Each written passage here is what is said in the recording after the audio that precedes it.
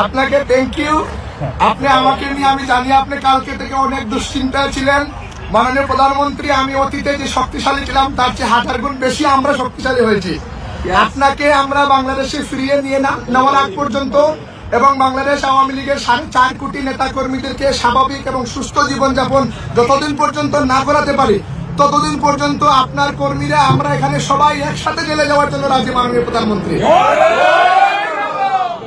মার্কিন যুক্তরাষ্ট্রের নিউ ইয়র্কে বিমানবন্দরে জাতীয় নাগরিক পার্টির সদস্য সচিব আক্তার হোসেনকে ডিম ছুঁড়ে এখন রীতিমতো হিরোর মর্যাদা পাচ্ছেন যুবলীগ কর্মী মিজানুর রহমান।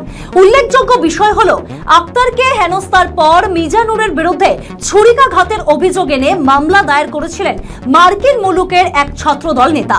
যদিও আক্তার হোসেন এবং তাসনিম যারা পাশাপাশি বিএনপির সিনিয়র নেতা তথা মহাসচিব মির্জা ফখরুল আলমগীরও একই সাথে বিমানবন্দর থেকে বের হয়েছিলেন, কিন্তু বিএনপি নেতাকে কেউ হেনস্থা করেনি, এমনকি তাকে যাতে কেউ আঘাত না করেন সেটাও বলতে শোনা গিয়েছে বিভিন্ন ভাইরাল ভিডিওতে। তবুও ছাত্রদল নেতার ওই মামলার পরে মিজানুরকে গ্রেপ্তার করেছিল নিউ ইয়র্ক পুলিশ, কিন্তু গুরুতর কোনো প্রমাণ না পাওয়ায় তার জামিন হয়ে যায়। তবে জামিনের পর তার বিরুদ্ধে মামলা করা বিএনপির ছাত্রদল নেতা জাহিদ খানকে তিনি চেনেন না বলেই দাবি করেন মিজানুর রহমান। তিনি বলেন, আক্তারের ঘটনার কারণে আমার বিরুদ্ধে ষড়যন্ত্রমূলকভাবে এই মামলা করা হয়েছিল।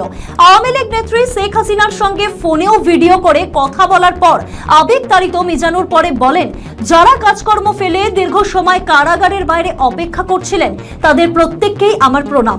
তিনি এও জানান, এই লড়াই শেখ হাসিনাকে বাংলাদেশে প্রত্যাবর্তনের লড়াই। গত 14টি বছর থেকে নিজের জীবন এবং যৌবনের সর্বোচ্চটুকু দিয়ে যুক্তরাষ্ট্র যুবলীগের একজন কর্মী হিসাবে কাজ